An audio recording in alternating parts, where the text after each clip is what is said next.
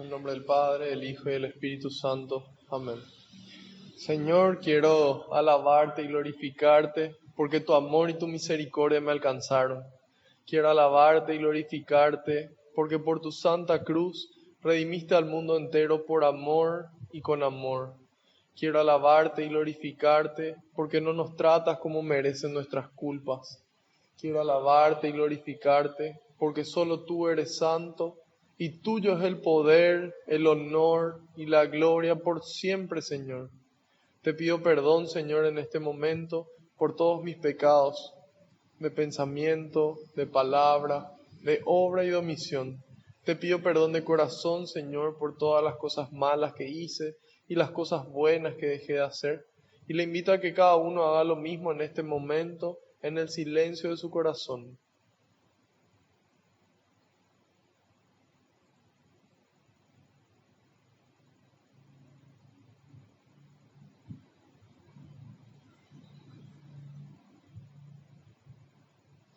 Te pido, Señor, que se cumpla tu palabra. Tú dijiste que donde dos o más se reúnan en tu nombre, ahí vas a estar vos presente, Señor. Y nosotros aquí estamos más de dos y sabemos que aunque no te podamos ver, tú estás aquí entre nosotros, contentos de que podamos conocerte un poco más de tu palabra, un poco más de tu mensaje. Y te pido, Señor, que tú vayas por delante, que puedas allanar los caminos, que puedas arar la tierra de nuestra mente y nuestro corazón, para que esta semilla que se va a sembrar, que es tu palabra, pueda dar fruto y fruto en abundancia. En algunos el 30, en otros el 60, en otros el 100%, Señor, ese fruto que permanece. Te pido, Señor, que yo crezca por completo y sea tu Espíritu Santo el que me inunde. En este momento, Señor, te entrego cada una de las intenciones que las personas aquí presentes traen en su corazón y también lo que quisieron asistir pero por algún motivo no pudieron. Todo eso te lo entregamos porque sabemos que lo recoges con alegría y se lo entregas al Padre para que nos conceda a cada uno esa gracia que estamos necesitando a su debido tiempo y acorde a su voluntad. Glorias y alabanzas sean dadas a ti por los siglos de los siglos. Amén. Repitan después de mí. Espíritu Santo, vacíame de mí y lléname de ti hasta rebosar. Espíritu Santo, vacíame de mí y lléname de ti hasta rebosar. Espíritu Santo, vacíame de mí y lléname de ti hasta rebosar. Que así sea. Amén. Ahora les pido que en un momento de silencio intercedan por mí ante el Padre, para que todo lo que transmita sean las palabras del Hijo y sea el Espíritu Santo el que obre con intensidad en mí y en ustedes también.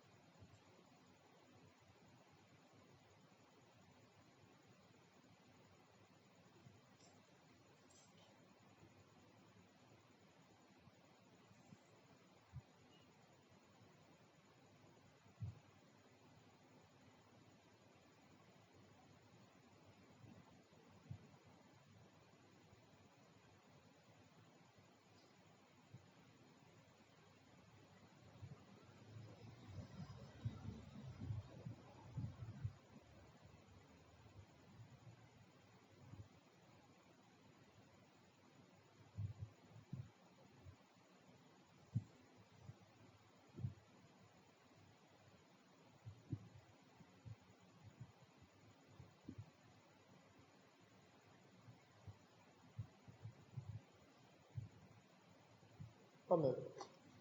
Salmo 77.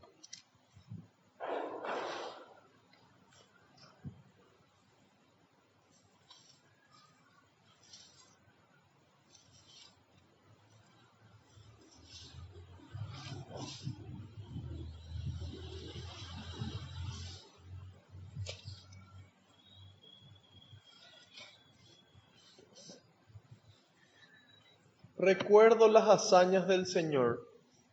En voz alta clamo a Dios, en voz alta para que me escuche. Busqué al Señor en el momento de la prueba. De noche sin descanso hacia Él tendí mi mano, y mi alma se negó a ser consolada. No me acuerdo de Dios sin que no gima, si medito, una duda acosa mi espíritu. No me permite dormir, me perturbo y me faltan las palabras. Es que pienso en los días de otrora, en los tiempos antiguos, y me acuerdo, y por la noche mi corazón se atormenta. Medito y mi espíritu se interroga. ¿Nos rechazará Dios para siempre y no reabrirá el tiempo de sus favores? ¿Ha clausurado su gracia para siempre y encerrado su palabra para el futuro? ¿Se ha olvidado Dios de su compasión o la cólera ha cerrado sus entrañas? Y me dije, lo que me traspasa es que ha cambiado la diestra del Altísimo. Recuerdo las hazañas del Señor, recuerdo tus milagros de otros tiempos. En tus obras medito, una a una, y pienso en tus hazañas. Oh Dios, en tus obras todo es santo. ¿Qué Dios es tan grande como nuestro Dios? Tú eres el Dios que hace maravillas, tú demuestras tu fuerza entre los pueblos. Por tu brazo a tu pueblo rescataste, a los hijos de Jacob y de José. Oh Dios, las aguas te vieron y se estremecieron, y hasta sus honduras enmudecieron. Las nubes descargaron aguaceros, las nubes hicieron oír su voz, mientras tus flechas se arremolinaban. Se oía de tu trueno el retumbar, tus relámpagos el mundo iluminaban. La tierra se asombraba y estremecía, tu camino cruzaba por el mar, por aguas profundas corrían tus senderos, y nadie supo dar cuenta de tus huellas. Tú guiabas a tu pueblo, a tu rebaño, por la mano de Moisés y de Aarón. Palabra de Dios. Bueno, este salmo dice, recuerdo las hazañas del Señor. Hoy yo fui a la misa antes de la primera clase y estuve conversando con una persona que me mencionó el tema de la noche oscura, ¿sí? ¿Y qué es la noche oscura? Es ese momento de la persona, del cristiano, en donde no siente la presencia de Dios, no siente el amor de Dios. Varios santos nos hablan sobre esa noche oscura. Está San Juan de la Cruz, también está la Madre Teresa, en donde nos cuentan ellos cómo fueron enfrentando esos momentos, esa noche oscura. Y es muy llamativo el caso especial, el caso particular de la Madre Teresa, porque los últimos 50 años de su vida ella no sintió el amor de Dios, ella no sentía la presencia de Dios. Y aún así, la forma en la que vivía era como si lo sintiese. Y ella reveló en una de sus cartas a su confesor de que ella verdaderamente no sentía el amor de Dios, pero que ella sabía que era lo correcto. Entonces, a pesar de no sentir, ella continuaba haciendo lo correcto. En lo personal, yo pasé prácticamente por 2 noches oscuras y más concretas. Una fue cuando yo estaba de misión en Itagua en el año 2018, estábamos en la cárcel de menores, y la misa se realizaba en un lugar ahí cerca en el pueblo. Y durante la misa, mientras que se leía la lectura, fue como que mi fe se apagó de golpe. Y yo dejé de creer, yo sentía que todo era una historia, de que todo era un invento, de que no era cierto, de que era básicamente una historia que se inventó la gente. Pero tuve la gracia de saber de que era el enemigo el que estaba obrando. Y yo le dije, Señor, yo sé que vos existís, y yo sé que este es un ataque del enemigo, y quiero que me devuelvas la fe. Y bueno, evidentemente de que no volvió tan rápido, y para mí literal fue una noche oscura, porque cuando me acosté a dormir dije, bueno, espero mañana despertarme con la fe intacta. Y así fue. Me acosté a dormir y al despertarme me desperté con la fe intacta. Lo simpático es que una persona cercana a mí me cuenta de que Dios le despertó, de que el Espíritu Santo le despertó a las 3 de la mañana y le pidió que rece por mí. Y bueno, evidentemente gracias a la intercesión de esa persona, Dios restauró mi fe. Y es simpático cómo cada persona tiene una reacción diferente ante esa noche oscura. Porque me tocó contarle esta misma experiencia a una persona mía y ella me cuenta que tuvo esa misma sensación de no creer, de no sentirle a Dios. Pero ella se desesperó, ella no podía dormir, entonces se pasó orando toda la noche hasta que su fe volvió. Y es simpático como esa persona a lo mejor, bueno, Dios a lo mejor quería transmitirme a mí la misma sensación, pero como yo confié y me acosté a dormir, entonces le despertó a otra persona para que rece por mí, ¿verdad? Entonces, esa fue una vez. La otra vez me pasó el año pasado, cuando venía arrastrando un cansancio prolongado por diferentes actividades, la mayor parte de ellas construyendo y trabajando para el reino de Dios. Actividades buenas. Pero esa acumulación y ese cansancio hizo que aparezca la tentación, ¿sí? Y esa tentación, San Francisco de Asís, hay un libro que se llama El Hermano de Asís, y ahí narra la vida de San Francisco. Y él cuenta cómo existe una tentación que se llama la tentación de la añoranza, ¿sí? Y que eso es, él dice, él tenía miedo de que el tentador se disfrace de nostalgia y que de esa forma le convenza. Entonces, ¿qué me pasó a mí? Por el cansancio que tenía encima, ¿qué pensamiento viene a la mente? ¿Vale realmente la pena luchar por el reino de Dios? ¿Vale realmente tanto esfuerzo, tanto cansancio, tanta entrega por el resto? Y en el mundo, estaba bien en el mundo, me divertía, pasaba bien. Entonces ese es el engaño, esa es la tentación de añoranza, que muchas veces puede ocurrir en diferentes ámbitos de nuestra vida. Nosotros tal vez nos vamos de retiro y vemos en el Instagram la foto y los videos de los conciertos, de las fiestas, y ahí es como que, ¿para qué vine? ¿Verdad? Me hubiese quedado. O veo el grupo de la familia, todos en Brasil, o en Cancún, o en Miami, tal vez si hay mayor poder adquisitivo, y yo quedado acá. ¿Verdad?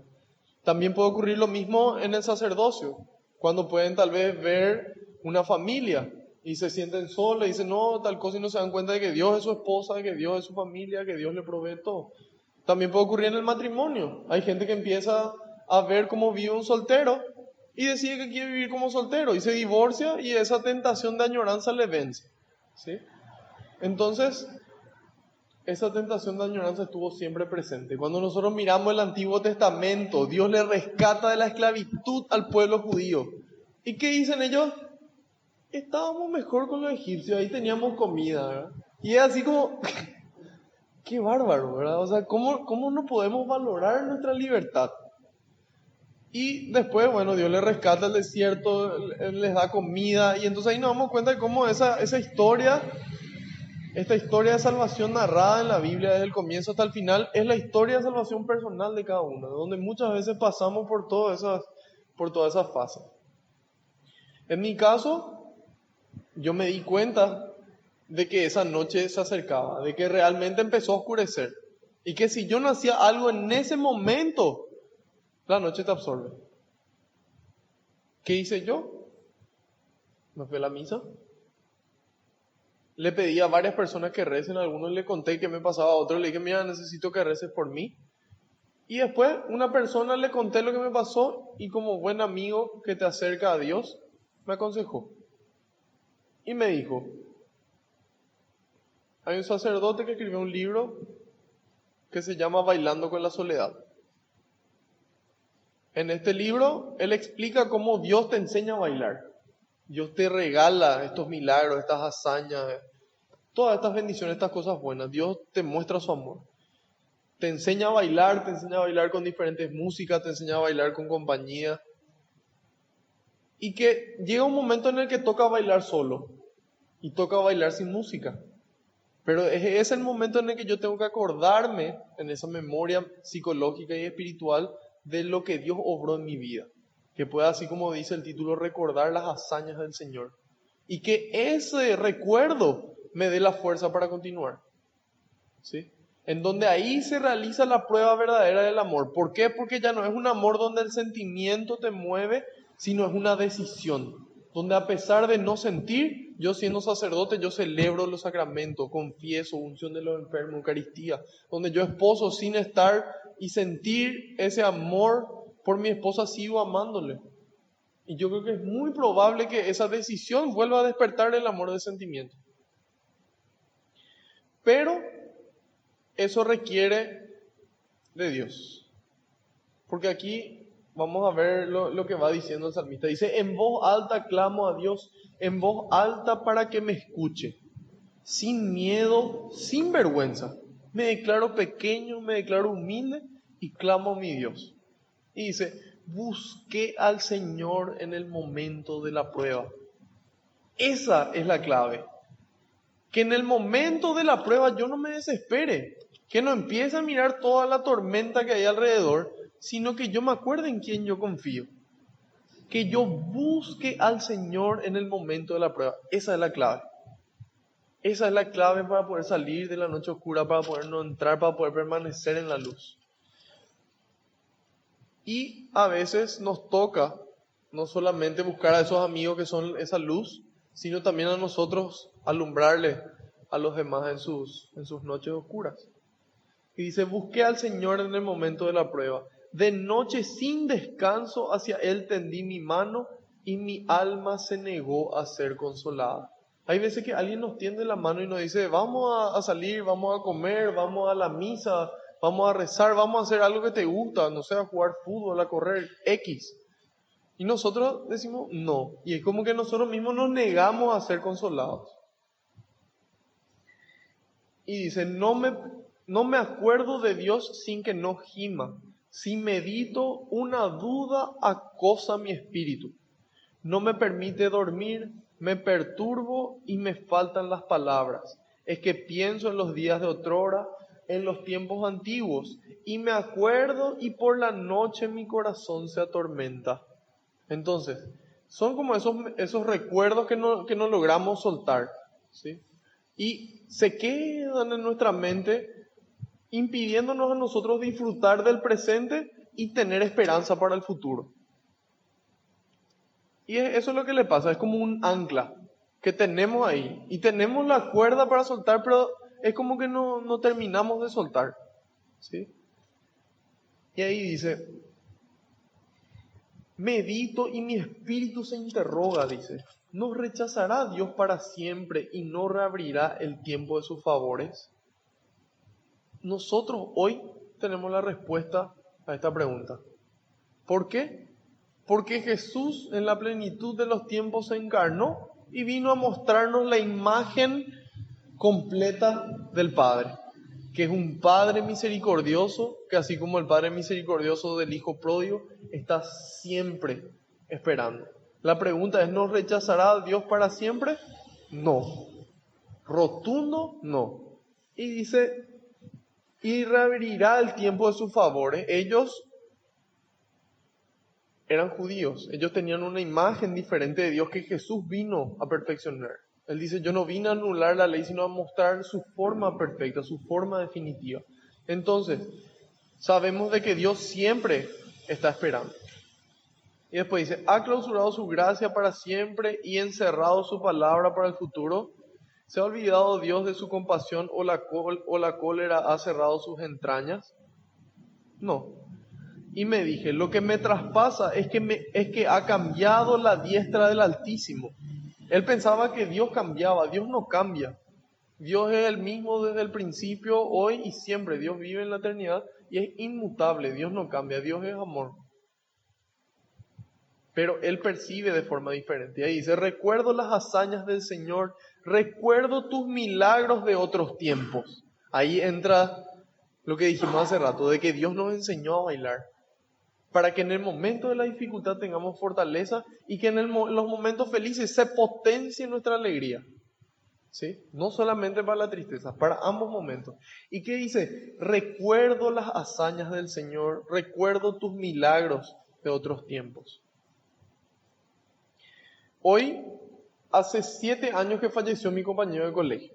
Se celebró la misa hoy aquí en su memoria. Y en el momento en el que él falleció para mí fue muy fuerte, porque yo le consideraba a él una persona realmente ejemplar, una persona de buen corazón.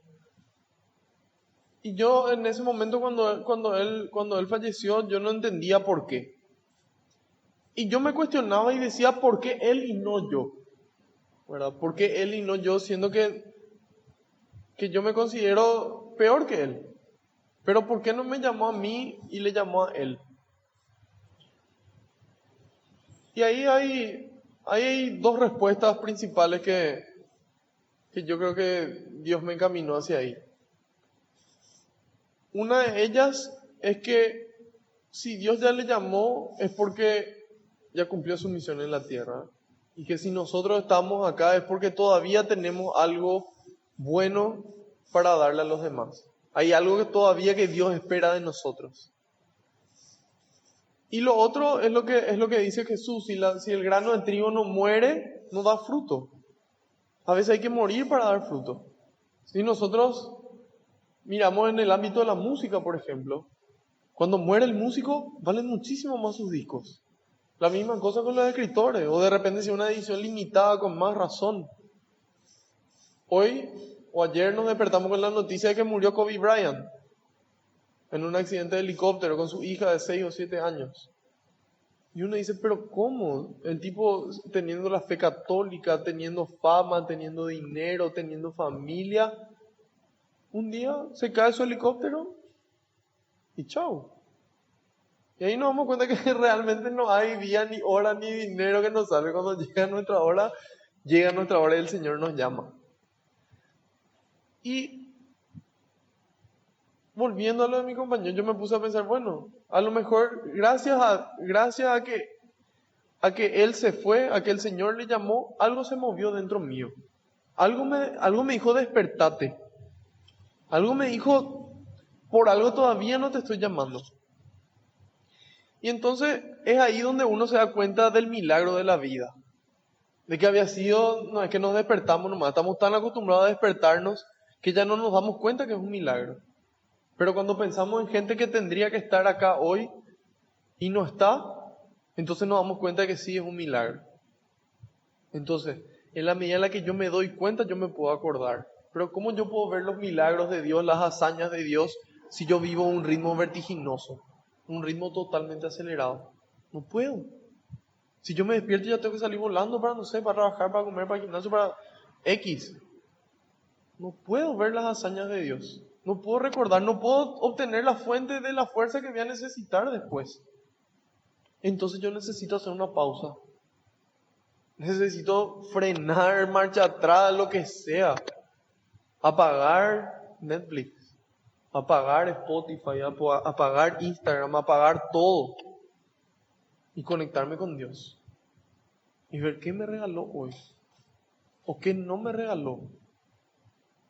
Entonces agradecer por eso. Entonces ahí yo voy adquiriendo y se va construyendo esta memoria espiritual que me permite a mí en los momentos difíciles tener fortaleza. También me tocó el día de ayer hablar con mi tía, que es la hermana de mi abuela. Ella tiene 86 años.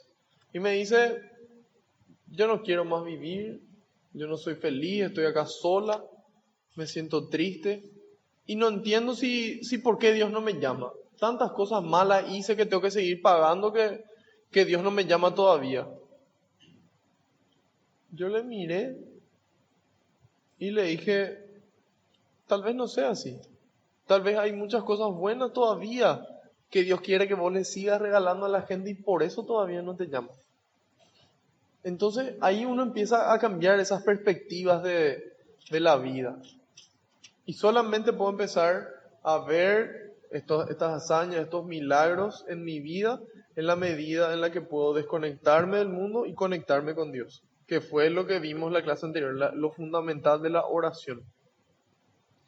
Y después ahí empieza a recordar, acá empieza a adquirir ánimo, empieza a adquirir esperanza el salmista. Dice, recuerdo las hazañas del Señor, recuerdo tus milagros de otros tiempos. En tus obras medito, una a una. y pienso en tus hazañas.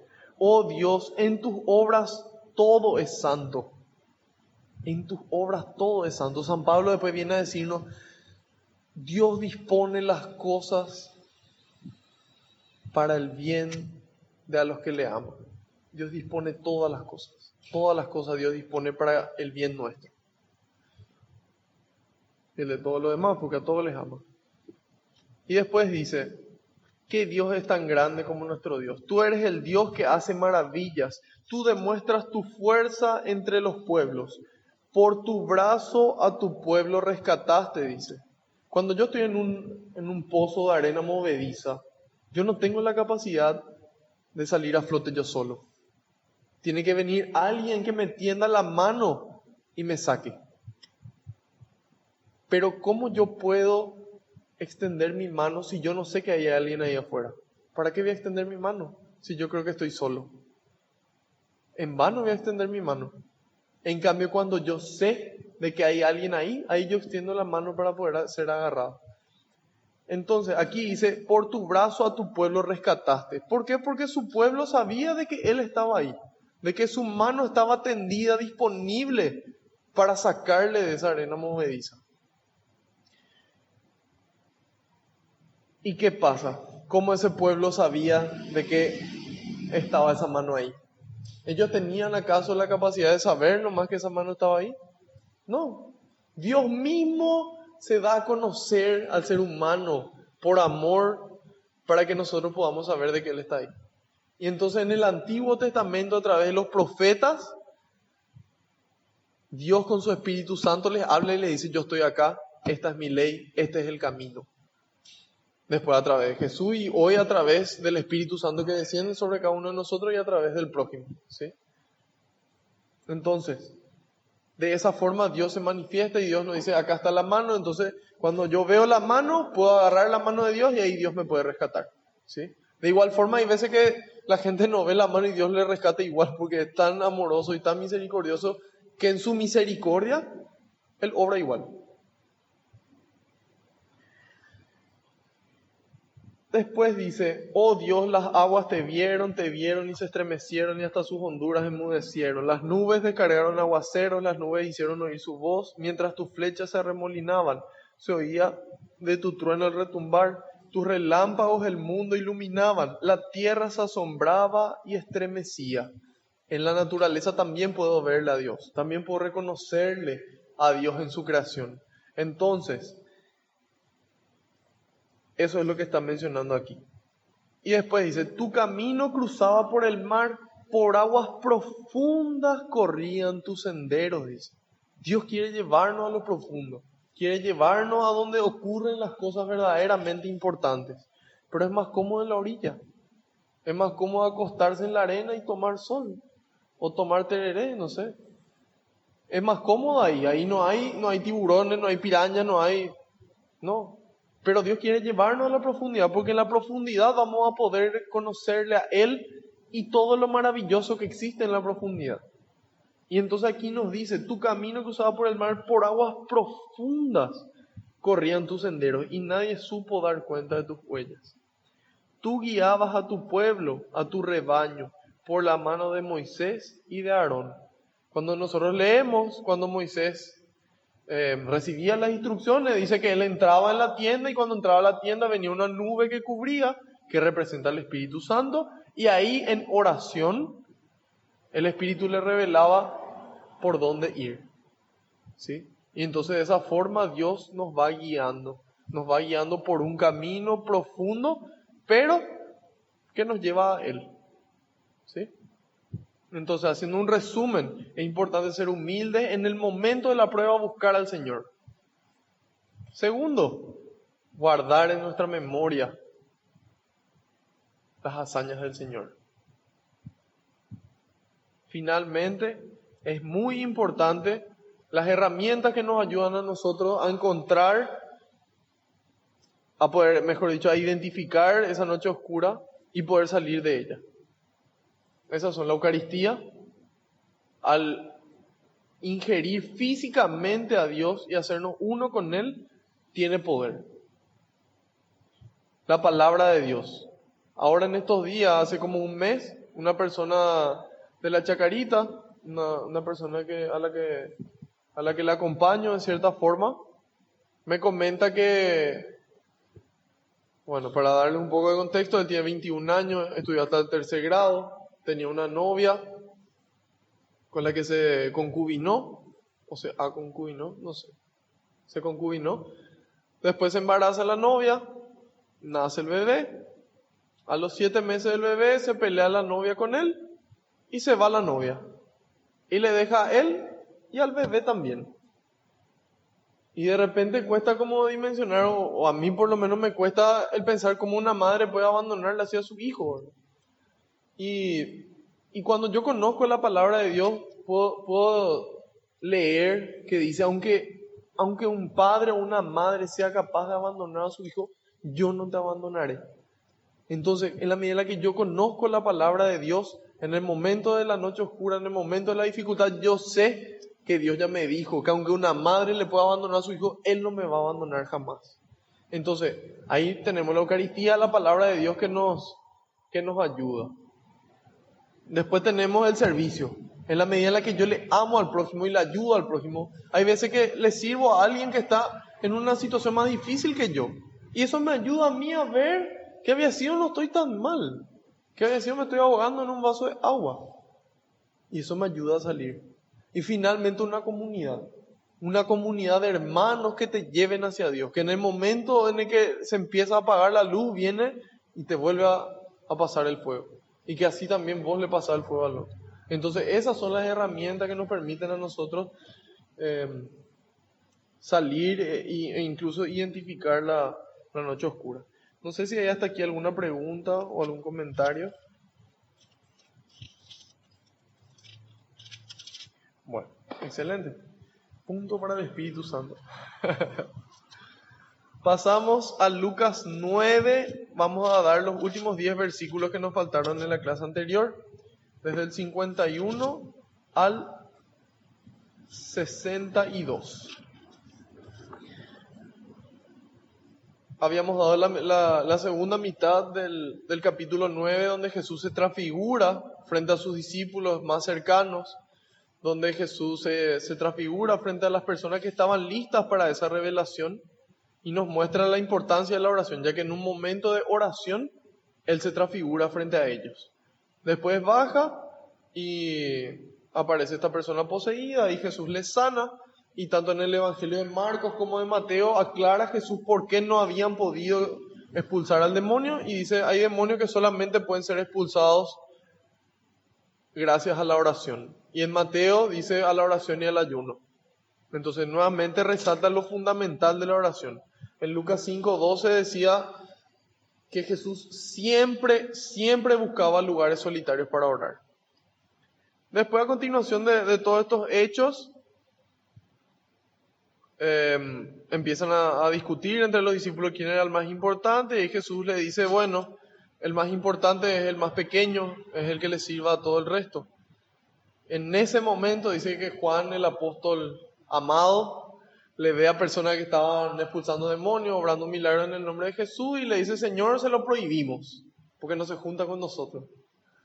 Y ahí Jesús le dice, no, si no está en contra de ustedes, está con ustedes, no se lo prohíban. ¿Sí? Y ahora empieza el camino de la pasión, el viaje a Jerusalén. Como ya se acercaba el tiempo en que sería llevado al cielo, Jesús emprendió resueltamente el camino a Jerusalén. Envió mensajeros delante de él, que fueron y entraron en un pueblo samaritano para prepararle alojamiento. Pero los samaritanos no lo quisieron recibir, porque se dirigía a Jerusalén. Al ver esto, sus discípulos, Santiago y Juan, le dijeron, Señor, ¿quieres que mandemos bajar fuego del cielo que los consuma? Pero Jesús se volvió y los reprendió, y continuaron el camino hacia otra aldea. Mientras iban de camino, alguien le dijo, Maestro, te seguiré a donde quiera que vayas. Jesús le contestó, los zorros tienen cuevas y las aves tienen nidos, pero el Hijo del Hombre ni siquiera tiene donde recostar la cabeza. Jesús dijo a otro, Sígueme. Él contestó, Señor, deja que me vaya y pueda primero enterrar a mi padre. Jesús le dijo, sígueme y deja que los muertos entierren a sus muertos. Tú ve a anunciar el reino de Dios. Otro le dijo, te seguiré, Señor, pero antes déjame despedirme de mi familia. Jesús le contestó, el que pone la mano en el arado y mira hacia atrás no sirve para el reino de Dios. Bueno, entonces dice, como ya se acercaba el tiempo en que sería llevado al cielo, dice Jesús. ¿Cómo Jesús sabía que se acercaba ese tiempo? Y esa fue la conversación que tuvo recién en la transfiguración con Moisés y Elías. En oración, el Padre le revela su voluntad. Entonces él sabe de que se acerca ese tiempo. Y ahí dice, Jesús emprendió resueltamente el camino a Jerusalén. En otras traducciones dice, Jesús emprendió decididamente el camino a Jerusalén. Jesús ya sabía cuál era su misión, ya sabía lo que tenía que hacer, ya sabía lo que iba a padecer. Y aún así, él con decisión empieza ese camino. Después dice, envió mensajeros delante de él, que fueron y entraron en un pueblo samaritano para prepararle alojamiento, dice. Pero los samaritanos no lo quisieron recibir porque se dirigía a Jerusalén. Si ustedes miran, si tienen esta Biblia latinoamericana, en la primera página, en la revisión 2005, hay un mapa donde se ve cómo era Palestina en la época de Jesús. Y todo esto que transcurre es en Palestina, toda esta parte de la narración del Evangelio. Y en la parte superior del mapa está Galilea. En la parte del medio, en la medida en la que vamos bajando en el mapa, está Samaria. Y finalmente en la parte más abajo del mapa está Jerusalén. Eso es en cuanto a la parte geográfica, pero en cuanto a la parte topográfica, que vamos a decir la parte de las montañas y eso, Jerusalén es la parte más alta. Entonces, cuando dice subía a Jerusalén, es porque Jerusalén estaba más alto en cuanto a distancia con respecto al mar. Entonces, ¿qué pasó? Desde Galilea para llegar a Jerusalén tenían que pasar por Samaria. ¿Y por qué no le quisieron recibir los samaritanos? Porque bueno, Samaria fue un pueblo que fue atacado, fue prácticamente destruido, y los hebreos que quedaron se mezclaron con los gentiles.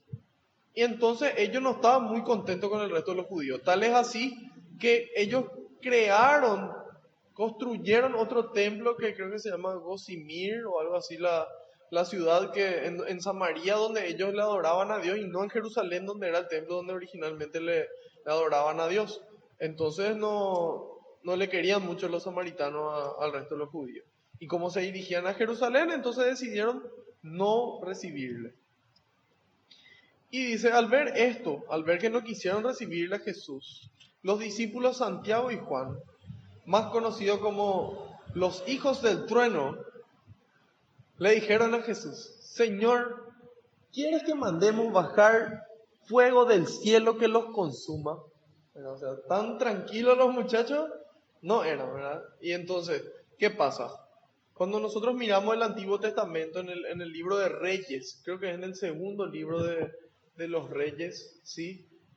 Capítulo 1, versículo 10, el profeta Elías va a una ciudad y donde no le quisieron recibir, él manda fuego del cielo y le prende fuego a las 50 personas que estaban ahí y no sé cuántas más. Entonces, Santiago y Juan, en su sentimiento de, si a Elías no le quisieron recibir, imagínense al Mesías, al Hijo de Dios que está llegando y no le quieren recibir, fuego, ¿verdad? Y que arda esta gente, Señor. Y ahí Jesús dice, se da la vuelta y les reprende, dice en el 55. En estas traducciones no está, pero hay varios escritos griegos donde aclaran qué Jesús les dice a ellos, entre el 55 y el 56. Y ahí Jesús les reprende y le dice, ¿qué espíritu les mueve a ustedes? ¿Qué espíritu les mueve a ustedes? El Hijo del Hombre vino no para perder, sino para salvar. Entonces les reprende. ¿Y qué pasa? En comparación a los profetas, Jesús es el primero que se manifiesta en contra de esa violencia que existía. Y Jesús les reprende y les dice, yo no vine para prenderle fuego, yo vine para que ellos se salven. Y ahí dice, y continuaron el camino hacia otra aldea. Entonces, ¿qué hace Jesús? Jesús cambia la mirada, cambia la forma de percibirle al que no comparte tu fe. ¿Por qué? Porque antes agarró Juan y ya le dijo, no, señor, este no se junta con nosotros, le prohibimos. Y Jesús dice, no, si están haciendo el bien, no prohíban el bien, si no están contra ustedes. Si están contra ustedes, evidentemente que algo está mal. Entonces, y ahora nuevamente la mirada hacia los samaritanos. En vez de prenderle fuego, Jesús dice, no. Y Jesús nos muestra lo que es el respeto a la voluntad, ¿sí? Que no es lo mismo que no manifestar su voluntad, porque Él envía a sus discípulos a que busquen alojamiento. Él, sabiendo de que iba a ser difícil que le reciban ahí, Él igual les envía. Ellos van y reciben el rechazo correspondiente. ¿Y Él qué hace? Continúa a otra ciudad. Entonces ahí nos muestra la forma en la que nosotros deberíamos de mirar a personas que no comparten nuestra fe, ¿sí? Bueno, después vienen las exigencias del maestro y ahí dice, mientras iban de camino, le dice, maestro, te seguiré a donde vayas. Y ahí Jesús le contesta, los zorros tienen cuevas y las aves tienen nidos, pero el Hijo del Hombre ni siquiera tiene donde recostar la cabeza. De repente como que nosotros leemos esto y no tiene mucho sentido. ¿Qué tienen que ver los zorros y sus cuevas, las aves y sus nidos con que Jesús no tiene donde recostar su cabeza? Bueno, nosotros tenemos la gracia hoy de tener internet y tener una página que se llama Dei Verbum. Y ahí podemos leer los comentarios de los santos, podemos leer los comentarios de los padres de la iglesia, de doctores de la iglesia, que nos ayudan a traer un poco más de luz a estas lecturas, a la Sagrada Escritura, para que podamos entender. Y ahí San Ambrosio nos dice, los zorros tienen cuevas, dice. ¿Por qué utiliza el animal de los zorros? Porque el zorro es un animal muy astuto y es un animal salvaje que nunca se le logra amansar, no sirve para el ser humano. Y él le compara a ese zorro con los herejes. ¿Por qué se caracterizan los herejes? Se caracterizan por un sofisma, se llama. ¿Qué es un sofisma? Es un argumento falso, pero que parece verdadero, ¿sí? Es muy similar a una falacia. ¿Qué es una falacia? Es una premisa que pareciendo verdadera es falsa. Falacia, premisa que pareciendo verdadera es falsa. Por ejemplo, hay una falacia muy común en nuestros días que dice, si a vos te hace feliz, entonces está bien. Y uno piensa, ay, claro, si me hace feliz, entonces está bien. Pero ¿qué pasa? ¿Qué pasa si yo soy una persona sádica y a mí me hace feliz el dolor ajeno? ¿Está bien eso?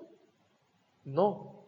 ¿Qué pasa si a mí me gusta mentirle a la gente y verle la cara de bobo porque eso me hace feliz a mí por algún motivo? A mí me hace feliz, pero ¿está bien eso? No. Y entonces ahí nos damos cuenta de que si yo tengo los criterios de Dios y esos criterios de Dios me hacen feliz, entonces está bien. Si no, no. No es suficiente. Pero esa es una falacia. ¿Por qué? Porque pareciera que si me hace feliz, entonces directamente está bien. ¿Sí? Bueno, los herejes tienen situaciones parecidas. Y esa falacia, ese sofisma, es la cueva. Es donde ellos quieren permanecer. Después dice, las aves tienen nido. Las aves se refiere, según lo que nos comenta San Ambrosio, a las maldades espirituales. Y que hacen nido en el corazón de las personas, ¿sí? Y donde tienen su nido esas aves no hay lugar para el Señor. Entonces ahí Jesús dice, pero el Hijo del Hombre ni siquiera tiene donde recostar la cabeza. Entonces donde hay lugar para todo esto, no hay lugar para Dios. Y a la vez hace el llamado al desprendimiento, a donde Él se desprende. Él sabe que está de paso en esta tierra. Él sabe que del Padre viene y al Padre vuelve. Igual que nosotros. Y cuando nosotros adquirimos conciencia de eso, es más fácil desligarnos de las cosas del mundo. Porque yo sé que lo verdaderamente importante no está acá. Que esto que está acá son medios para que yo alcance lo que es importante. Y también llama justamente a la pobreza y a no depender de las cosas. Es muy llamativo. Encontré una frase de San Gregorio Magno que les voy a compartir en un rato. Después dice, Jesús dijo a otros, sígueme. sígueme. Hay que seguirle a Él. Él ya caminó el camino, Él ya mostró que es posible. Hay que hacer lo mismo que Él. Entonces hay que seguirle. ¿Qué dice al comienzo? Jesús decididamente emprendió el camino. Nosotros detrás de Él nos vamos. Y ahí el otro le responde, Señor, deja que me vaya y pueda primero enterrar a mi padre. Jesús le dijo, sígueme y deja que los muertos entierren a sus muertos. Tú ve a anunciar el reino de Dios. Entonces, ¿qué pasa acá? Es como que parecen palabras muy duras, deja que los muertos entierren a sus muertos. Además era de cierta forma un mandamiento enterrarle a los difuntos. Entonces, ¿qué es lo que Jesús destaca aquí? Las prioridades. ¿Cuál es mi prioridad? Uno. ¿Es enterrar a mi papá o es Dios? ¿Es mi familia? ¿Son mis amigos? ¿Es mi dinero? ¿Es mi soberbia? ¿Es mi pereza? ¿Son mis conocimientos? ¿Qué está primero? ¿Qué está primero? ¿Quién está primero? Y entonces ahí Jesús dice, bueno, primero Dios. ¿Está mal enterrar a tus muertos? No, pero primero Dios. Y después le dice, deja que los muertos entierren a tus muertos. Y San Cirilo aporta luz sobre esto. ¿Qué dice él? Dice, ¿por qué muertos entierran a los muertos? Porque esta era una tarea que alguien más podía hacer. Alguien más le podía enterrar a su papá, ¿sí? ¿Y quién es la persona muerta? Es la persona que no tiene vida. ¿Y quién viene a traernos vida y vida en abundancia? Dios. Entonces, el momento en el que yo no le tengo a Dios, yo sigo muerto. Entonces, déjale a las personas que no le conocen a Dios que se encarguen de estas tareas terrenales. Encárgate vos de transmitir el reino de los cielos. Ve tú a anunciar el reino de los cielos, le dice. Eso es prioridad. Y nuevamente al final, otro le dijo, te seguiré, Señor, pero antes, siempre hay un pero antes. Déjame despedirme de mi familia. Jesús le contestó, el que pone la mano en el arado y mira hacia atrás no sirve para el reino de los cielos, dice.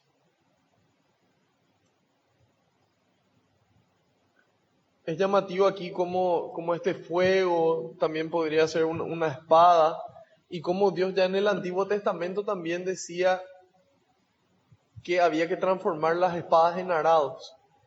Transformar esa violencia, ese enojo, ese combate en construir, ¿verdad? En sembrar. Eso creo que estaba creo que era Isaías 2:1. Isaías 2:4, ahí está. Isaías 2:4, transformar las espadas en arados. Y nosotros muchas veces queremos espada, ¿verdad? Que arde el resto. Nosotros queremos combatir, queremos luchar, queremos que le caiga fuego a la gente y ahí es donde entra Jesús a poner paño frío, a llamarnos la atención y a mostrarnos el camino. Y ahí dice, el que pone la mano en el arado y mira hacia atrás no sirve para el reino de los cielos. ¿Por qué? ¿Cuál es el problema de tomar el arado y mirar hacia atrás? Y ahí entra lo que dijimos hace rato, la tentación de añoranza. ¿Qué testimonio doy yo de matrimonio, de esposo, de sacerdote o de soltero laico, consagrado? No sé. Si es que yo tomo eso y después decido volver al mundo, la gente va a decir, ¿para qué quiero seguir ese camino? Si mira, este que empezó a caminar y después se arrepintió, mejor me mantengo nomás en este camino. En Apocalipsis 3:16 dice, porque eres tibio, ni frío ni caliente te vomitaré de mi boca. Y es fuerte que diga algo así, o sea, le produce asco al Señor eso. ¿Y por qué le produce asco? Bueno, si yo le conozco a una persona buena, que se caracteriza por sus buenas obras, yo espero que haga bien las cosas.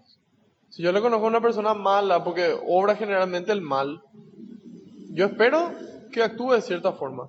Pero si el malo me sorprende y actúa bien, eso es llamativo. Y si el bueno, que supuestamente está en la iglesia, que se va a la misa, que conoce la palabra y se va de misión y todas las cosas, no hace las cosas que tiene que hacer, la gente va a decir, pero ¿y para qué yo quiero estar dentro de esa iglesia?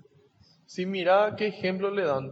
En Mateo nos dice, es mejor que se le ate una piedra de molino al cuello y sea arrojado al fondo del mar antes que sean motivo de escándalo, piedra de tropiezo para para estos más pequeños. Eso dice Mateo 18:6.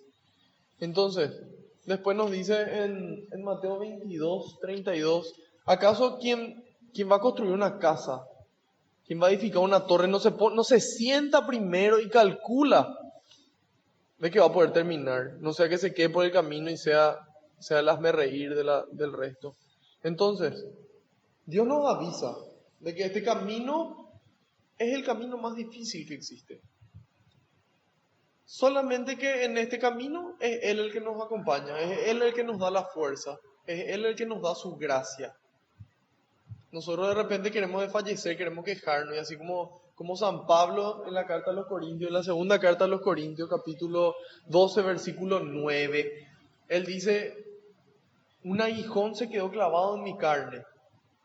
¿Y Dios qué le responde? No le dice: te voy a sacar el aguijón, le dice: mi gracia te basta. En tu debilidad se perfecciona mi poder, en tu debilidad se perfecciona mi fortaleza, mi fuerza. Entonces, estamos llamados a poder confiar en Dios. En el momento de la prueba acudir, así como decía David.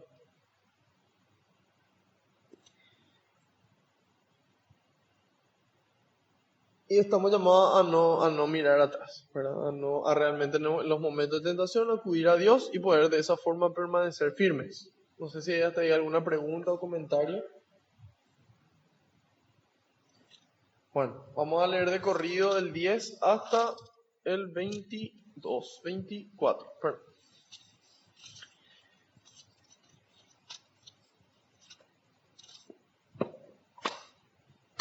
Jesús envía a los 72 discípulos. Después de esto, el Señor eligió a otros 72 discípulos y los envió de dos en dos, delante de él a todas las ciudades y lugares a donde debía ir. Les dijo: la cosecha es abundante, pero los obreros son pocos. Rueguen pues al dueño de la cosecha que envíe obreros a su cosecha. Vayan, pero sepan que los envío como corderos en medio de lobos. No lleven monedero, ni bolsón, ni sandalias, ni se detengan a visitar a conocidos. Al entrar en cualquier casa, bendíganla antes, diciendo: la paz sea en esta casa. Si en ella vive un hombre de paz, recibirá la paz que ustedes le traen. De lo contrario, la bendición volverá a ustedes. Mientras se queden en esa casa, coman y beban lo que les ofrezcan, porque el obrero merece su salario. No vayan de casa en casa. Cuando entren en una ciudad y sean bien recibidos, coman lo que les sirvan, sanen a los enfermos y digan a su gente: el reino de Dios ha venido a ustedes. Pero si entran en una ciudad y no quieren recibirles, vayan a sus plazas y digan: nos sacudimos y les dejamos hasta el polvo de su ciudad que se ha pegado a nuestros pies. Con todo, sépanlo bien: el reino de Dios ha venido a ustedes. Yo les aseguro que en el día del juicio Sodoma será tratada con menos rigor que esa ciudad. Pobre de ti, Corazaín, pobre de ti, Betsaida. Porque si los milagros que se han realizado en ustedes se hubieran realizado en Tiro y Sidón, hace mucho tiempo que sus habitantes se habrían arrepentido, poniéndose los vestidos de penitencia, y se habrían sentado en la ceniza. Con toda seguridad, Tiro y Sidón serán tratadas con menos rigor que ustedes en el día del juicio. Y tú, Cafarnaúm, ¿crees que te elevarás hasta el cielo? No, serás precipitada hasta el lugar de los muertos. Quien les escucha a ustedes, me escucha a mí. Quien les rechaza a ustedes, me rechaza a mí. Y el que me rechaza a mí, rechaza al que me ha enviado. Los 72 discípulos volvieron muy contentos, diciendo: Señor, hasta los demonios nos obedecen al invocar tu nombre. Jesús les dijo: yo veía a Satanás caer del cielo como un rayo. Miren que les he dado autoridad para pisotear serpientes y escorpiones, y poder sobre toda fuerza enemiga. No habrá arma que les haga daño a ustedes. Sin embargo, alégrense no porque los espíritus se someten a ustedes, sino más bien porque sus nombres están escritos en los cielos.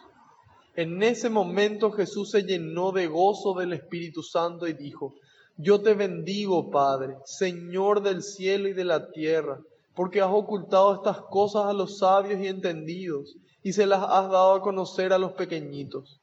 Sí, Padre, pues tal ha sido tu voluntad. Mi Padre ha puesto todas las cosas en mis manos. Nadie sabe quién es el Hijo sino el Padre. Nadie sabe quién es el Padre sino el Hijo, y a quien el Hijo quiera dárselo a conocer. Después, volviéndose hacia sus discípulos, Jesús les dijo a ellos solos: Felices los ojos que ven lo que ustedes ven, porque yo les digo que muchos profetas y reyes quisieron ver lo que ustedes ven y no lo vieron, y oír lo que ustedes oyen y no lo oyeron. Palabra del Señor. Gloria a ti, Señor Jesús. Bueno, entonces, aquí dice, el Señor eligió a otros 72, dice. Es Dios el que nos elige a nosotros, no somos nosotros los que le elegimos a Él. Es Dios el que nos eligió. ¿Y por qué a nosotros y no a otros? No sé. Y a lo mejor algún día al llegar al cielo, Él nos cuenta, si es que nos sigue importando esa pregunta, ¿verdad? Pero por algo nos eligió a nosotros. Confió en nosotros para que nosotros podamos llevarle a Él al prójimo. Y dice, eligió y los envió de dos en dos. ¿Por qué les envía de dos en dos? Pasa que desde la antigüedad, la palabra de una persona contra la palabra de otra persona es palabra contra palabra. ¿Quién tiene la razón? ¿Cuál es la verdad? En cambio, desde que hay dos personas, palabra contra palabra, y hay un testigo, hay un tercero que dice, ¿es verdad lo que uno dice? Entonces se toma como verdad. Entonces, al ser dos los que van y uno dice, el reino de los cielos ha llegado, y el otro dice, es cierto lo que él dice, es válido el testimonio. Por eso les envía de dos en dos. ¿Sí? Y dice, delante de él a todas las ciudades y lugares a donde debía ir. Él podía irse primero y los otros tranquilos se iban detrás del Señor. Pero les envía a ellos para que ellos también trabajen, para que ellos también hagan su parte. Y así también nos envía hoy a nosotros. Y dice, les dijo, la cosecha es abundante, pero los obreros son pocos. Ya desde entonces había poca gente construyendo el reino de Dios. Entonces, ¿qué dice? ¿Qué dice Jesús? Dice, entonces no hace falta que pidan porque el Padre ya sabe todo lo que ustedes necesitan. No dice eso, ¿verdad? Dice, rueguen pues al dueño de la cosecha que envíe obreros a su cosecha, dice. Entonces, ¿por qué Jesús nos pide que pidamos? Si es que el Padre ya sabe todo, porque hay gente que dice eso. Si Dios ya sabe todo, entonces ¿para qué le vamos a pedir? Si Jesús nos dice, rueguen, es porque tenemos que hacerlo. ¿Y por qué? Porque Dios quiere conocer la voluntad de sus hijos. Quiere que nosotros manifestemos de que queremos lo mismo que Él quiere. Él quiere escuchar la voz de sus hijos pidiéndole lo mejor. Entonces por eso nos dice, rueguen. Y en la medida en la que rogamos, muchas veces Dios acorta los tiempos. Cuando es su voluntad, Él acorta los tiempos para que sucedan las cosas. Y después dice, vayan, pero sepan que los envío como corderos en medio de lobos, dice. ¿Qué puede hacer una oveja en el medio de una manada de lobos? Resignarse y morir, nada más. Y pareciera que no es tan bueno, entonces nuestro maestro que nos envía como ovejas entre lobos a morir. Sin embargo, hay dos cosas que no menciona aquí. Nosotros, debajo de la piel de cordero, tenemos un arma que Dios mismo nos regala, que es la palabra de Dios, que como espada de doble filo, es una espada tan peligrosa y tan contundente que le sirvió a los romanos para conquistar prácticamente la mitad del mundo. Bueno, así de peligrosa, más peligrosa es la palabra de Dios. Entonces, como toda arma, hay que aprender a usarla. 3 años le entrenaba a sus discípulos antes de que salgan, porque si no, uno intentando vencer al enemigo, le herimos a cualquier otro, a nosotros mismos, y el enemigo se ríe de nosotros. Entonces, debajo de la piel de cordero tenemos el arma, que nos sirve, dice, para todas las fuerzas enemigas. Para todos. Y si hay 10 lobos, 100 lobos, para todos. Y no solamente nos da un arma, sino que Él camina con nosotros. Al final del Evangelio de Mateo nos dice, yo estaré con ustedes todos los días hasta el fin de los tiempos. Entonces ya no soy un cordero que se va directamente a morir. Soy un cordero con un arma y con Dios de su lado. San Pablo dice, si Dios está con nosotros, ¿quién contra nosotros? Carta a los Romanos, capítulo 8, versículo 31. Entonces dice, vayan, pero sepan que es una misión difícil y peligrosa, solamente que van a tener un arma y yo voy a estar con ustedes. Jesús nos avisa, porque muchas veces no nos avisan las cosas.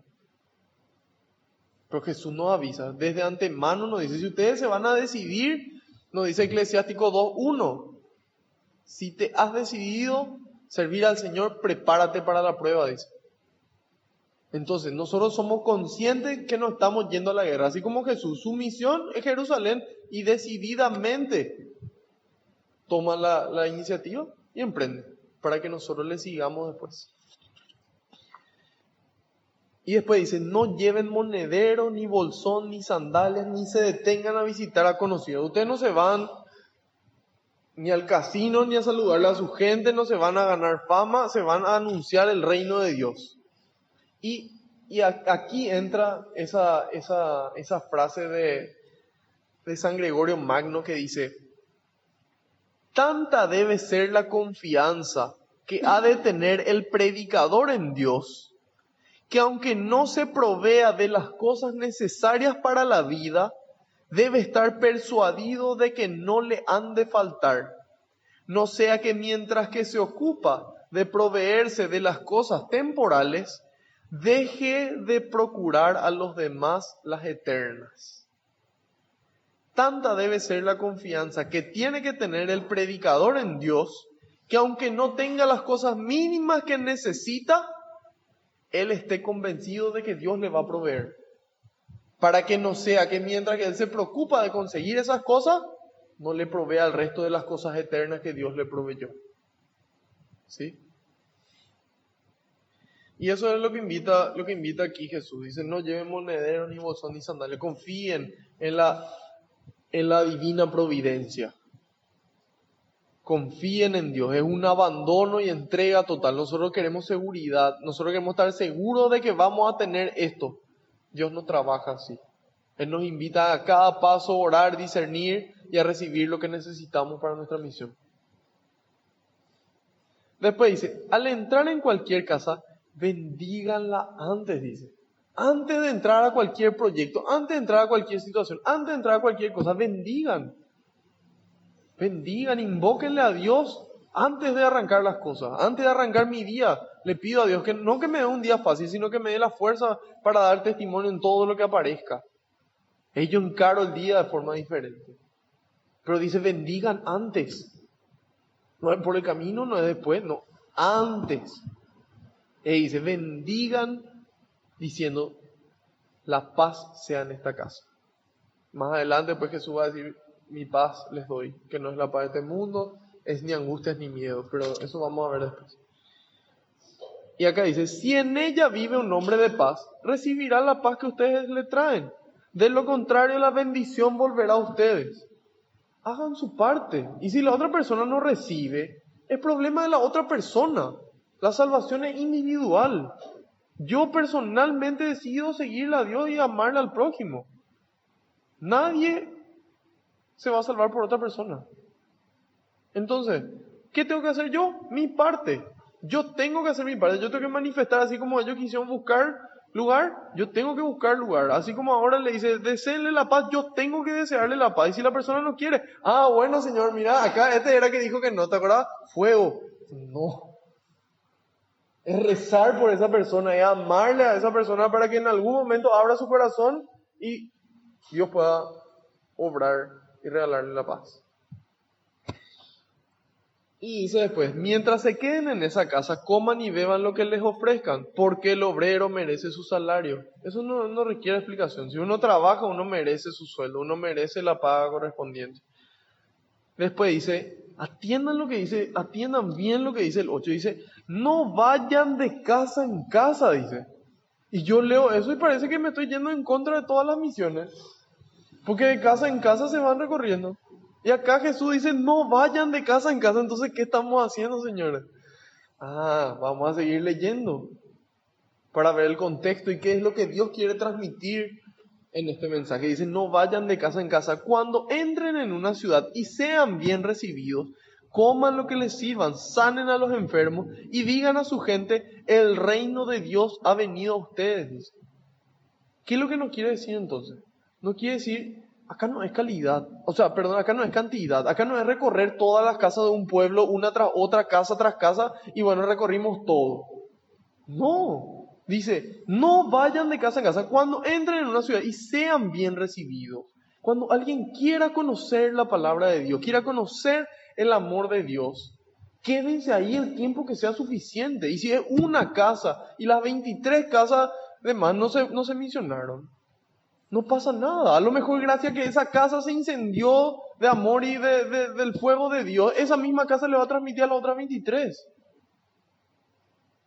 No vayan de casa en casa, no hay apuro, acá no es cantidad, acá no es recorrer todo. Acá es donde me reciben. Anuncio el reino de los cielos. Y no es acá, bueno, y me voy y comparto, y qué tal usted, señora, y todo bien, y te voy a leer algo, y así, y todo bien, y qué gusto, ay, qué rica tu comida, y ya está. ¿Qué vida se va a transformar con eso? Y van a ponerse contentas porque tuvieron una linda visita y un lindo rato, pero ¿quién va a cambiar su vida para siempre por ese momento? Jesús dice, vayan y anuncien el reino de los cielos. ¿Qué es el reino de los cielos? Romanos 14:17. No es comida, no es bebida. Es alegría, es justicia y es paz en el Espíritu Santo. Y eso es lo que nosotros tenemos que ser. Nosotros tenemos que ser reino para ellos. Tenemos que llevarle el reino de Dios. Esa alegría, esa paz, esa justicia que ellos necesitan. Eso tenemos que seguir. Le decimos, el reino de Dios ha llegado, ha venido a usted. No, es que nosotros no tenemos la capacidad de llegar. Entonces Dios se manifiesta. Como dijimos, profeta, Jesús, Espíritu Santo, nosotros. El reino de Dios, Dios viene junto a vos. El que me escucha a mí, el que le escucha a usted me escucha a mí. Eso tenemos que llevar. Esa palabra de Dios, este mensaje. Hay un mensaje que hay que anunciar. Esa es la misión. Anunciar un mensaje y después obrar y compartir todo el amor y sanar y comer y escucharle a la persona y todo lo que eso requiere. Pero eso es para que la gente crea en el mensaje. Pero hay un mensaje. Eso otro solo no cambia vidas. No genera conversión.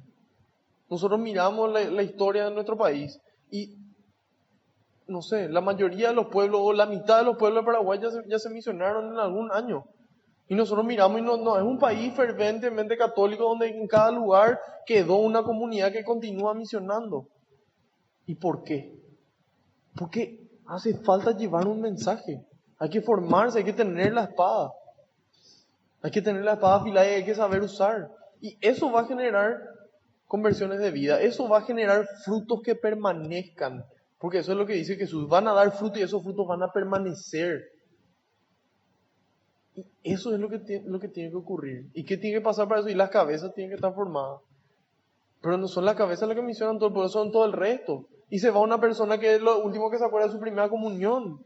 Y no se va a la misa de no sé cuántos años. ¿Qué mensaje va a anunciar? No sabe que hay un mensaje. Y se va y da todo su amor, da toda su persona, todo su ser. Y es muy lindo. Y a la persona generalmente le transforma. Pero no se crearon para eso las misiones. Jesús no le envió a estos 72 para que ellos vayan y se transformen ellos. Era para que los otros se transformen. Porque si no es un egoísmo tremendo, ¿verdad? Porque yo me voy para recibir yo. Haciendo una obra buena, pero finalmente el que más se beneficia soy yo. Entonces, dice, el reino de Dios ha venido a usted. Hagan su parte, lleven el mensaje y actúen para que la gente crea ese mensaje. Y después dice, pero si entran en una ciudad y no les quieren recibir, Vayan a sus plazas y digan, nos sacudimos y les dejamos hasta el polvo de su ciudad que se ha pegado a nuestros pies. Entonces, ¿qué pasa? Independientemente de que te reciban o no, el mensaje que se anuncia es el mismo, porque después dice, con todo, sépanlo bien, por si acaso no les quedó claro, entiendan bien, el reino de Dios ha venido a ustedes, el mensaje que se transmite es exactamente el mismo. No importa si yo creo que esa persona no va a recibir, si es que ya rechazó, no importa. El anuncio es exactamente el mismo, el reino de Dios ha venido a ustedes. Dios pasó por acá. Vos no vas a poder hacerte el embotador y cuando llegue tu hora y decir, yo no sabía, no me llegó. No, acá se te avisó, Dios quiso pasar por acá y vos libremente dijiste, no quiero. Ok, y eso va a tener sus consecuencias. Dice, Sodoma va a ser un poroto al lado de tu juicio. Y ahí, hablando de Sodoma y de mirar atrás, cuando nosotros leemos el libro del Génesis, capítulo 19, versículo 26, Dios anuncia de que se tenía que convertir. A ellos no le importó nada. Entonces, bueno, cae fuego del cielo, después se le avisa a los profetas y le dice, corran a los montes si se quieren salvar. Y no miren atrás. Ya fue la instrucción en el Génesis. ¿Qué hace la esposa de Lot? Se da la vuelta, mira. Se convierte en estatua de sal. Chao. Estamos llamados a no mirar atrás, a soltar esa ancla, a dejar nuestro pasado para empezar a vivir el presente. Siempre que hay vida y esperanza, entonces siempre es buen momento para volver a Dios y quedarnos con Dios. Y acá empieza y le dice, sépanlo bien, el reino de Dios ha venido a ustedes. Entonces hagan su parte, todas las veces. Al comienzo con los samaritanos, hagan su parte. Después les envía y les dice, hagan su parte, denle la paz. Después, a continuación, dice otra vez, anuncien el mensaje, el mismo mensaje. Y si no le reciben, el problema es los otros. Y ustedes lo que pueden hacer es rezar por ellos. Y después dice, pobre de ti, Corazaín, pobre de ti, Betsaida, porque si los milagros que se han hecho en ustedes se hubieran realizado en Tiro y Sidón, hace mucho tiempo se habrían arrepentido. Y es así, cuando yo miro mi vida y me doy cuenta de todo lo que Dios me regaló una familia, me regaló amigos, me regaló inteligencia, me regaló belleza, me regaló todo, es porque mucho se me va a exigir. En la medida en la que se me dio, se me va a exigir. ¿Por qué? Porque Él no me regaló para mí, Él me regaló para devolver, no para mí. Entonces, dice, en la medida en la que más recibí, y es lógico, yo no puedo exigirle lo mismo a una persona que sus padres están en la cárcel, que sus hermanos están en la cárcel, que no se fue ni siquiera a la escuela, a un profesional que recibió una formación ejemplar. Yo no puedo considerar lo mismo, un robo, no puedo considerar de la misma forma, porque no recibieron igualdad de condiciones. Y la misma cosa nosotros, porque Dios le elige y porque quiere. Él sabe y nos elige y nos envía. Y después Jesús dice con toda seguridad, imagínense, si Jesús dice con toda seguridad porque es seguro, con toda seguridad Tiro y Sidón serán tratadas con menos rigor que ustedes en el día del juicio. Y tú, Cafarnaúm, ¿crees que te elevarás hasta el cielo? Dice. ¿Qué pasa? Los judíos sabían de la Jerusalén celestial y creían que la ciudad misma iba a subir al cielo. Y entonces ahí Jesús le dice, negativo. Serás precipitada hasta el lugar de los muertos. ¿Por qué? Porque en donde más milagros sobró, el que más recibió de Dios fue Cafarnaúm. Y en lugar de convertirse, seguían igual. Seguramente porque estaban metidos en su vida, en su ritmo, aquel entonces, no les importaba, no sé.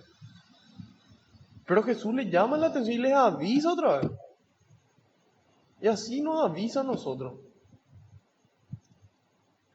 Y después viene, quien les escucha a ustedes me escucha a mí, quien les rechaza a ustedes me rechaza a mí. Y el que me rechaza a mí, rechaza al que me envió. Cuando yo me voy a misionar y llevo la palabra de Dios, es a Jesús al que le están escuchando. Y si rechazan esa palabra, no es a mi persona a la que le están rechazando, sino es a Dios mismo. A Jesús, y dice el que le rechaza a Jesús, le rechaza al Padre, a Yahvé, al Padre al que le envió a Jesús. Entonces así de fuerte es. El que les escucha a ustedes me escucha a mí. Quien les rechaza a ustedes me rechaza a mí. Y el que me rechaza a mí rechaza al que me ha enviado. Después dice, a ver, los 72 discípulos volvieron muy tristes y desconsolados porque la misión fue un rotundo fracaso. ¿No? No dice eso, ¿verdad? Dice, los 72 volvieron muy contentos, felices vuelven. Tal es así que le dicen, Señor, hasta los demonios nos obedecen al invocar tu nombre. Jesús le dijo, yo veía a Satanás caer del cielo como un rayo. Miren que les he dado autoridad. Dios nos dio autoridad para pisotear serpientes y escorpiones y poder sobre toda fuerza enemiga, dice. Toda. Ni tristeza, ni miedo, ni ansiedad, ni ira, ni pereza, nada. Dice, les di poder sobre toda fuerza enemiga, dice. ¿Y por qué yo no puedo vencer entonces? ¿Será que yo no creo? ¿Será que yo no sabía? Yo quiero, yo creo. Entonces le pido a Dios que aumente más todavía mi fe. Y Dios a través de diferentes formas nos regala la fe, porque la fe es un don. Y ahí dice, no habrá arma que les haga daño a ustedes. Imagínense, no habrá arma que nos haga daño a nosotros.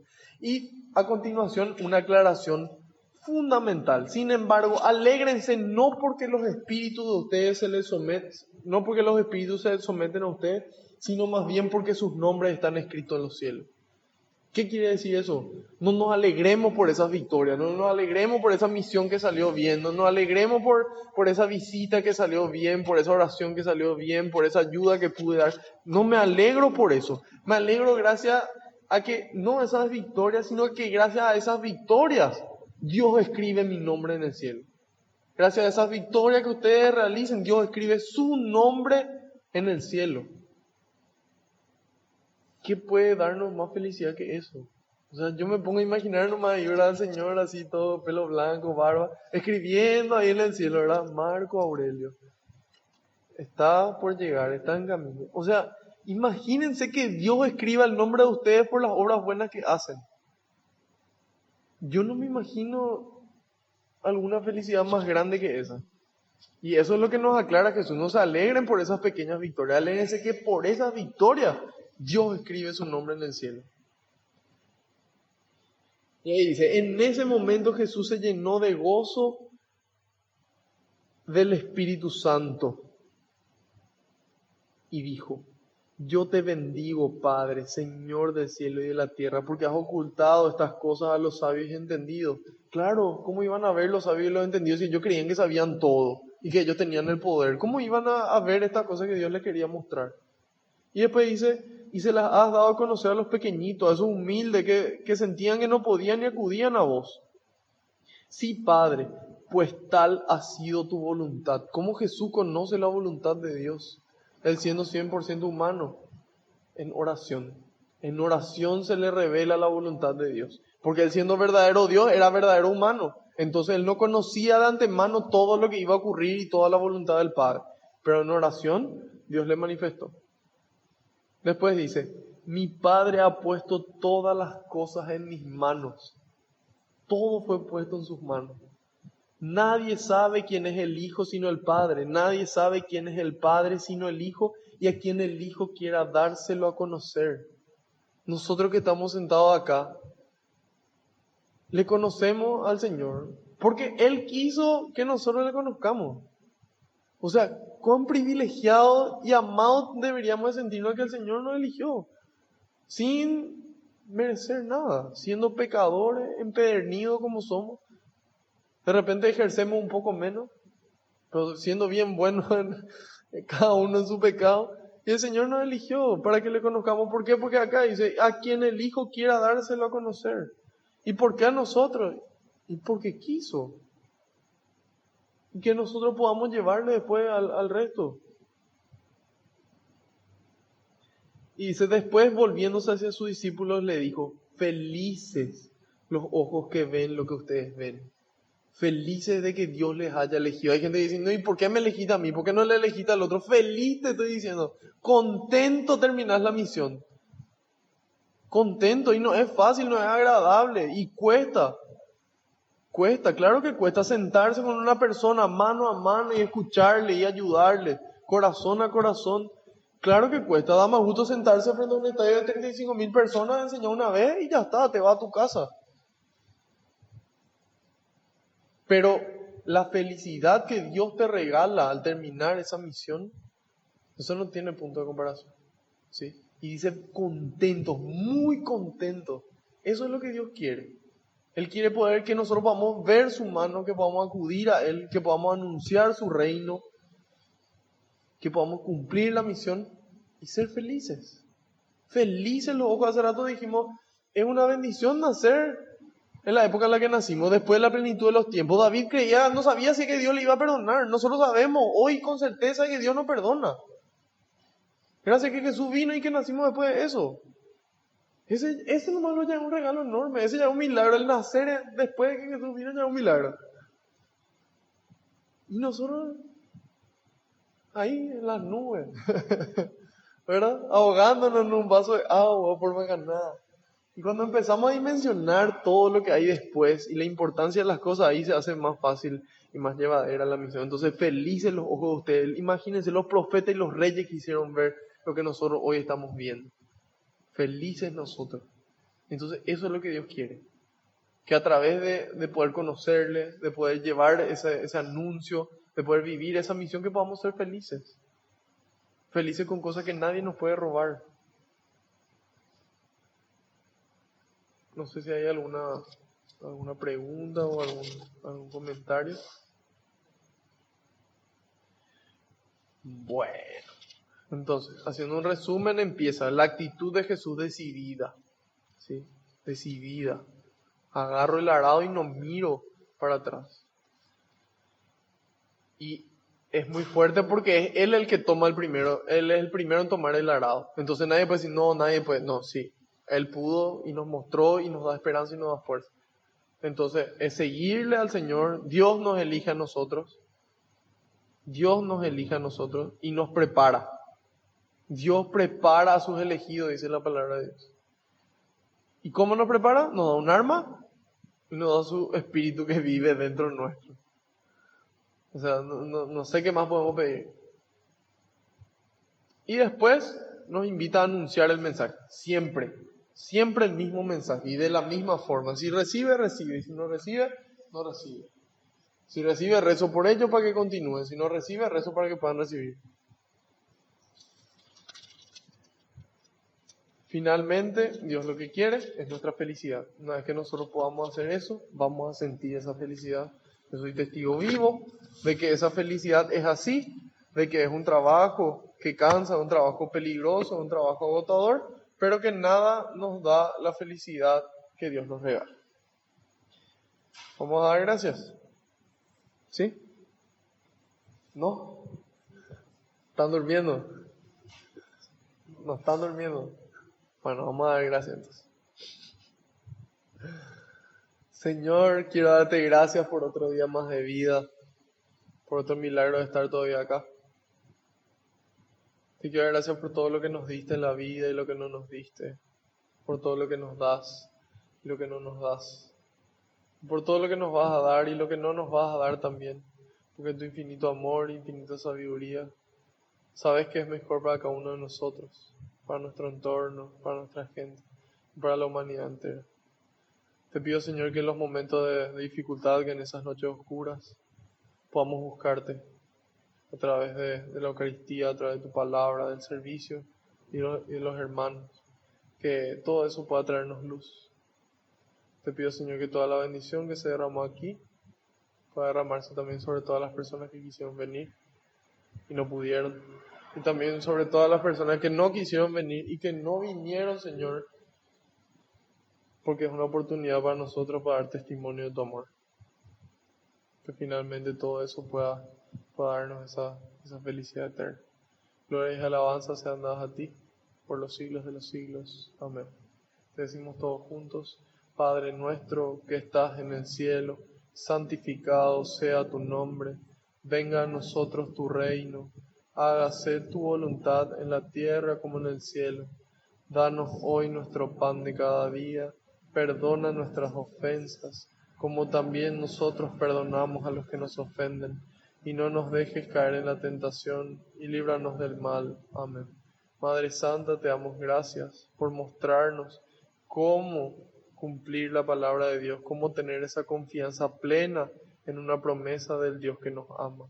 Dios te salve María, llena eres de gracia, el Señor es contigo, bendita tú eres entre todas las mujeres, y bendito es el fruto de tu vientre Jesús.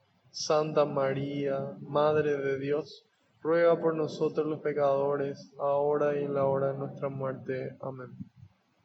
Haciendo caso al pedido del Papa, rezamos a San Miguel Arcángel. San Miguel Arcángel, defiéndenos en la batalla, sé nuestro amparo contra la perversidad y acechanzas del demonio. Reprímale Dios, pedimos suplicantes, y tú, príncipe de la milicia celestial, arroja al infierno con el divino poder a Satanás y a los demás espíritus malignos que andan dispersos por el mundo para la perdición de las almas. Amén. Bajo tu amparo nos acogemos, Santa Madre de Dios. No desoigas las súplicas que te dirigimos en nuestras necesidades. Antes bien, líbranos de todo peligro, oh Virgen gloriosa y bendita. Ruega por nosotros, Santa Madre de Dios.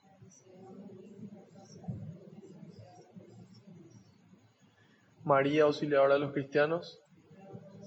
Sagrado Corazón de Jesús. Gloria al Padre, al Hijo y al Espíritu Santo.